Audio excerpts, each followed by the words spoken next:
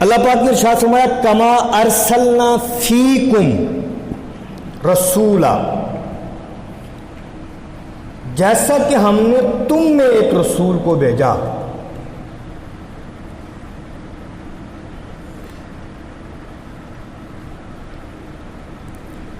یہ آیت اللہ پاک نے حضرت ابراہیم علیہ السلام کی اس دعا کے جواب میں عطا فرمائی ہے کہ جب حضرت ابراہیم علیہ السلام نے خانہ کعبہ کی تعمیر مکمل کی تو اللہ پاک نے ان کو انعام دیا۔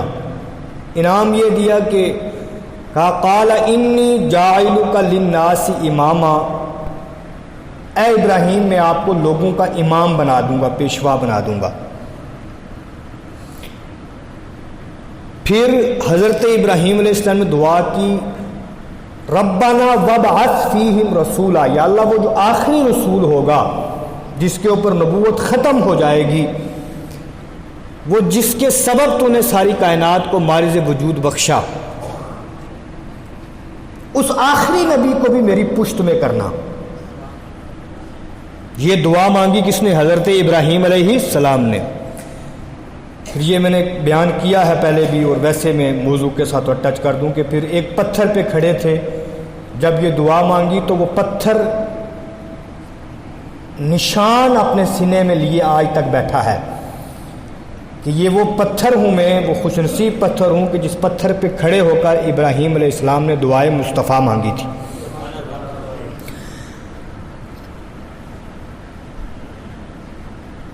اللہ پاک نے پھر جواباً ارشاد فرمایا کما ارسلنا فیکم رسولا منکم، جیسا کہ ہم نے تم میں رسول کو بھیجا۔ کس میں بھیجا؟ زور سے بولے، کس میں بھیجا؟ تم میں۔ یہاں رک کر ایک بات ذہن میں رکھنا، اس آیت کا ترجمہ سبھی نے ایک کیا ہے، لیکن کچھ احباب سمجھ سے قاصر ہیں۔ وہ یہ کہتے ہیں کہ تم میں کا مطلب یہ ہے کہ ہم نے رسول کو صحابہ میں بھیجا۔ کس میں بھیجا؟ تو خطاب اس آیت کا صحابہ کرام سے ہے۔ اب آیت کو تھوڑا سا آگے سنیں، کہا کما ارسلنا فیکم رسولا منکم، یہ دو باتیں تھیں، ہم نے تم میں رسول کو بھیجا، تم میں سے بھیجا۔ اب آگے کی بات یہ ہے کہ یہ رسول کرتا کیا ہے؟ یتلو علیکم آیاتنا، یہ رسول تمہارے اوپر ہماری نشانیاں، آیتیں تلاوت کر رہا ہے۔ وَيُزَكِّيكُمْ، تمہارے دلوں کا تزکیہ کرتا ہے۔ وَيُعَلِّمُكُمُ الْكِتَابَ وَالْحِكْمَةَ، یہ رسول تمہیں کتاب اور حکمت سکھاتا ہے۔ اور آگے وَيُعَلِّمُكُمْ مَا لَمْ تَكُونُوا تَعْلَمُونَ، اور یہ رسول تمہیں وہ سب کچھ سکھاتا ہے جو تم نہیں جانتے۔ اب تھوڑا سا پلٹ کے واپس آئیں، اگر اس معنی کو ذہن میں رکھ لیا جائے کہ رسول کو صحابہ میں بھیجا، صحابہ میں سے بھیجا، تو پھر آگے والا جو حصہ ہے عطف اور معطوف کا حکم ایک ہوتا ہے۔ عطف معطوف کو یوں سمجھیں آپ، میرے پاس زید آیا اور خالد آیا، زید آیا اور، تو اور کے بعد جو خالد ہے یہ عطف ہے، واو اور یہ لفظ عطف ہے، اور اس کا معطوف علیہ ہے زید، تو آنے میں زید اور خالد دونوں برابر ہیں، زید اور خالد دونوں ایکول۔ اور یہ بھی ذہن میں رکھیں کہ وقت بھی ایک جیسا ہے کہ زید اور خالد آیا ایک وقت میں آئے، ایک طرح آئے، ایسا نہیں کہ ایک پیدل آیا اور ایک چل کے آیا۔ اسی طریقے سے ایک حرف عطف اور ہے، اردو کے اعتبار سے سمجھاؤں میں، عربی میں لفظ فا آتا ہے اس کے لیے یا سما آتا ہے، اور دیر آر ڈفرینس بٹوین فا اینڈ سما آلسو، فا اور سما کے درمیان بھی بہت بڑا فرق ہے، اس ٹاپک پہ میں نہیں جاؤں گا، لیکن اردو کے حساب سے لفظ پھر بھی حرف عطف ہے۔ میرے پاس خالد آیا پھر بکر آیا، تو مطلب کیا ہے کہ خالد کے آنے کے چند منٹوں کے بعد یا چند گھنٹوں کے بعد یا ایک دن کے بعد کون آیا؟ خالد آیا۔ آنے میں دونوں برابر نہیں ہیں من حیث الزمان، وقتی طور کے اوپر آئے تو دونوں ہیں، لیکن آنے کے بیچ میں دونوں کے میں فرق ہے، ایک پہلے آیا اور ایک۔ میری بات سمجھ گئے آپ؟ پڑھے لکھے لوگ بیٹھے ہیں، بآسانی بات سمجھ آ جائے گی۔ اور اردو اور گوجری میں کوئی زیادہ فرق بھی سمجھنے کا ان چیزوں میں اتنا ہی فرق ہے۔ میرا کولا خالد ہے، پھر بکر ہے، تو لفظ پھر یہ بھی حرف عطف ہے، لیکن جب لفظ پھر بولا تو اس کا مطلب یہ ہے کہ کچھ دیر کے بعد آیا ہے، اور بولا تو مطلب ایک ساتھ آئے، آئے بھی ایک جگہ، آئے بھی ایک ساتھ، اور آنے کی condition, way of in coming بھی، اندر آنے کی سچویشن بھی کیا تھی؟ سیم تھی۔ اب پھر پلٹ کے آیت کی طرف آئیں، قرآن نے کہا کما ارسلنا فیکم رسولا منکم، جیسا کہ ہم نے تم میں رسول کو بھیجا، تم میں سے بھیجا۔ اب آگے کیا ہے؟ کیا کرتا ہے وہ رسول؟ یتلو علیکم آیاتنا، تو جو حکم اس کما ارسلنا فیکم کا ہے وہی کس کا ہے؟ یتلو کا ہے۔ تو یہ آیت پوری کی پوری ایک جیسی ہے، برابر ہے۔ اب اگر آپ کا یہ کہنا ہو کہ رسول آیا، تم میں سے آیا، کا مطلب کیا ہے؟ صحابہ میں آیا، پھر جب صحابہ میں آیا، صحابہ میں سے آیا، تو پھر یہ بھی مطلب ہوگا کہ قرآن بھی کس کو سکھایا ہے؟ خالی صحابہ کو۔ دلوں کا تزکیہ بھی خالی کس کا کیا؟ صحابہ کو۔ کتاب و حکمت بھی کس کو سکھائی؟ خالی صحابہ کو۔ جب سارا کچھ صحابہ کو سکھایا ہے تو پھر ہم مکلف ہیں؟ توجہ، کیونکہ جب آخری رسول آتا ہے تو وہ اپنا پیغام لے کے آتا ہے، ایک قوم کے لیے نہیں۔ فترہ بولتے ہیں ما بین رسولین، وہ زمانہ جو دو رسولوں کے درمیان ہو اس کو کیا بولتے ہیں؟ فترتن۔ ہمارے جو رسول آئے وہ کسی ایک مخصوص زمانے کے لیے، کیونکہ حضور کے اوپر نبوت کو ختم ہونا تھا، باقی جو رسول شریعتیں لے کے آتے رہے ان کو آ کے دوسرے رسول نے چینج کیا ہے۔ پہلے والے حکم کیا ہوئے ہیں؟ منسوخ ہوئے، ایک نئی شریعت آئی ہے۔ لیکن جو دین رسول اللہ صلی اللہ علیہ وسلم لے کے آئے وہ دین قیامت تک کے لیے لے کے آئے۔ جب قیامت تک کے لیے لے کے آئے تو پھر ماننا پڑے گا کہ کما ارسلنا فیکم کا مطلب یہ ہے ہم نے تم میں رسول کو، مطلب بھیجنے کا مطلب یہ ہے کہ ہم نے قیامت تک آنے والی پوری نسل انسانی، پوری امت کے اندر اس رسول کو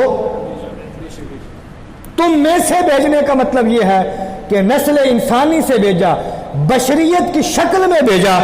اب اگر آپ یہ کہتے ہیں کہ تم میں کا مطلب خالی صحابہ ہیں، پھر دلوں کا تزکیہ بھی صحابہ کا ہوگا، قرآن کی آیتوں کا نزول اور ان آیتوں کا سارا حکم بھی کس کے اوپر ہوگا؟ خالی صحابہ کے اوپر۔ اگر خالی صحابہ کے اوپر ہوگا پھر آپ وضو کیوں کرتے ہیں؟ یا ایھا الذین آمنوا اذا قمتم الی الصلاۃ فاغسلوا وجوہکم، فاغسلوا فعل امر، اپنے چہروں کو دھو لو۔ اب اگر آرڈر اور آیت صرف کس کے لیے نازل ہوئی ہے؟ صحابہ کے لیے، تو وضو کس کو کرنا ہے؟ خالی اقیموا الصلاۃ فعل امر آرڈر، وآتوا الزکاۃ آیتیں اگر صرف صحابہ کے لیے نازل ہوئی ہیں تو نماز فقط کس کو پڑھنی ہے؟ زکوٰۃ کس کو دینی ہے؟ میری بات سمجھ گئے آپ؟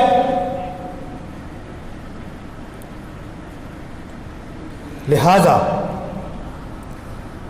اگر اس آیت کو صحابہ کے لیے خاص مانا جائے تو پھر سارے کے سارے احکامات پلٹ کے کس کے اوپر نافذ ہوں گے؟ صحابہ کرام کے اوپر، اور جتنی باقی امت ہے یہ کیا ہو جائے گی؟ غیر مکلف۔ میری بات سمجھ گئے آپ؟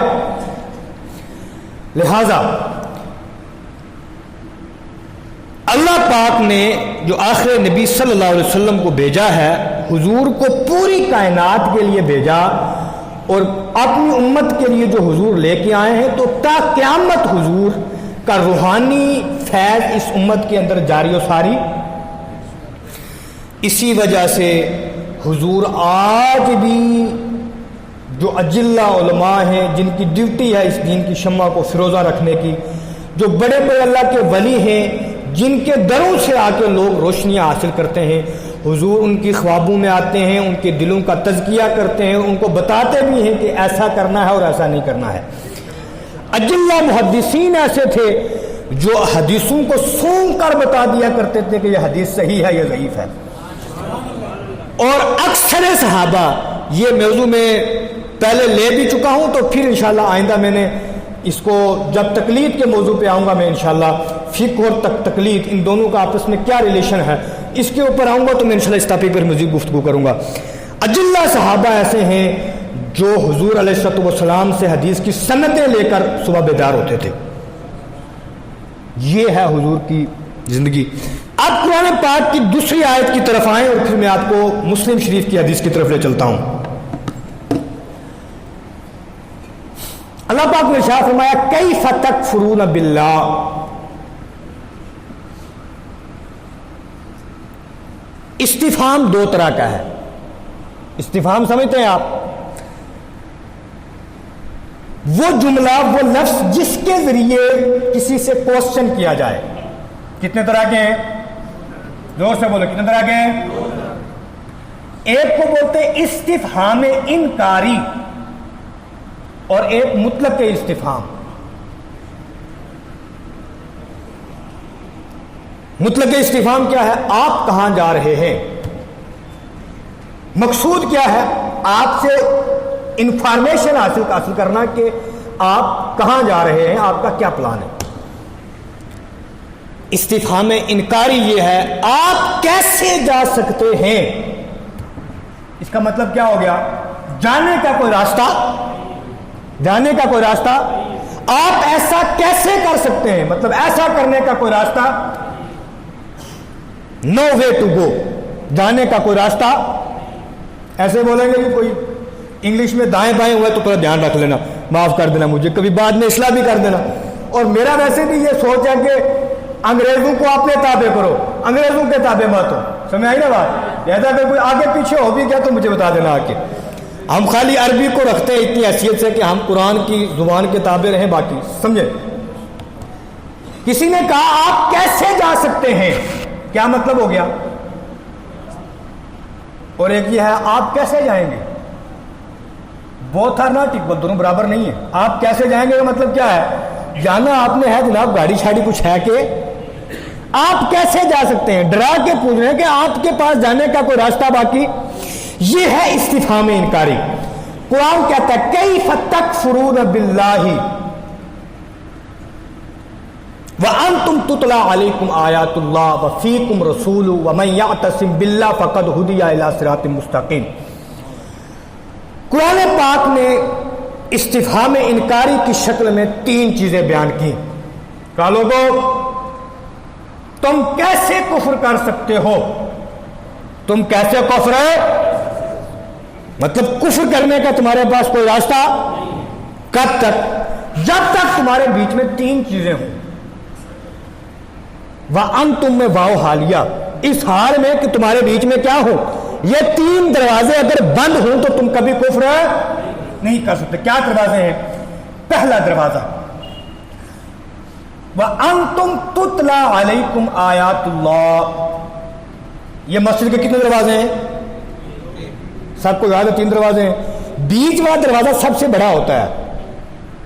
کیوں بڑا ہوتا ہے؟ اس لیے کہ مین گیٹ کون سا ہے؟ بیچ والا۔ اس بات کو ذہن میں رکھیں، مین گیٹ کون سا ہے؟ بیچ والا ہے۔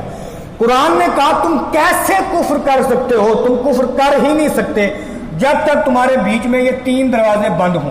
یہ تین دروازے، اگر یہ تین دروازے بند ہیں تو آپ کفر کی طرف جا سکتے۔ پہلا دروازہ وَأَنْتُمْ تُتْلَى عَلَيْكُمْ آیات اللہ، تمہارے اوپر اللہ کی آیتیں تلاوت کی جاتی ہوں۔ ایک بات، لہذا جو بدقسمت لوگ 5 وقت تو دور کی بات ہے جمعے کے دن بھی کبھی مسجد میں نہیں آتے، وہ سمجھ جائیں کہ انہوں نے پہلا راستہ، پہلا دروازہ کفر کی طرف کیا کر دیا ہوا ہے، کھول دیا۔ یہی وجہ ہے کہ جو بڑی بڑی عالیشان کوٹھیوں میں بسنے والے ہیں، جن کو مسجد میں آتے ہوئے شرم آتی ہے، ان کے بچے اس ٹائم الحاد کی طرف گامزن ہیں۔ یہ کوئی معمولی مسئلہ نہیں ہے۔ بہت ڈینجر مسئلہ ہے. ملحد، آزادی، جمہوریت. جب اسلام میں آگے تو نو وے فار جمہوریت. آپ ایک چھوٹی سی جاب حاصل کرتے ہیں، ٹیچر ہی بن جائیں آپ کو آزادی نہیں ہے. آپ نے ایک لمٹ ٹو لمٹ کلاس دینی ہے. جو سبجیکٹ آپ کو الاٹ ہوگا آپ کو اس کو دینا ہے. آپ کسی بھی ڈپارٹمنٹ میں ہیں، آپ جس مذہب جس دین میں ہیں، آپ نے اس کا پیروکار بن کے رہنا ہے. یہ دین ہے، حدود ہیں اس کے، بارڈرز ہیں. اور یہ بے دینی ان لوگوں کے اندر آتی ہے جن کو آزادی چاہیے ہوتی ہے. اس کی بچی کو بلٹ کے اوپر کافر چھوڑنے آئے، کوئی مسئلہ نہیں ہے، ہم کھلے ذہن کے ہیں.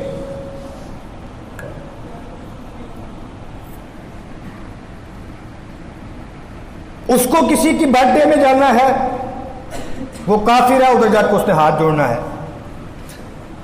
پہلا راستہ انتم تتلا علیکم آیات اللہ، تمہارے اوپر اللہ کی آیتیں تلاوت کی جاتی ہیں. جمعے کا دن ہے، پہلے آیا کریں. اللہ کی آیتوں کی تلاوت ہونے کا مطلب یہ ہے قرآن پڑھا جائے، اس کا ترجمہ کیا جائے، اس کی تشریح بیان کی جائے، اس کی تفسیر بیان کی جائے. نماز میں کھڑے ہو کے قرآن سنا جائے، 5 وقت نمازوں میں قرآن پڑھا جائے، سنا جائے، صبح قرآن کھولا جائے. جیسا اس دروازے کو بند مت کرو. اگر یہ دروازہ آپ نے کھلا چھوڑ دیا آپ پھر کفر کی طرف نکل جائیں گے. لہذا قرآن کی تلاوت کو مضبوط کر کے اس دروازے کو کیا رکھیں، مضبوطی سے باندھ کے رکھیں تاکہ پھر کفر اندر آ سکے نہ. ایک راستہ. اللہ پاک نے جو دوسرا والا دروازہ بیان کیا، مڈ، بیچ والا، کون سا دروازہ؟ بیچ والا دروازہ، مطلب مین گیٹ. Main gate. فرمایا وَفِيكُمْ رَسُولُهُ، اور تم میں اللہ کے رسول ہوں. کیا ہوں تم؟ جب تک اس رسول کو تم اپنے بیچ میں مانتے رہو گے، جب تک اس رسول کو کیا کرتے رہو گے، اپنے بیچ میں مانتے رہو گے، تب تک تم کفر کی طرف جا سکتے.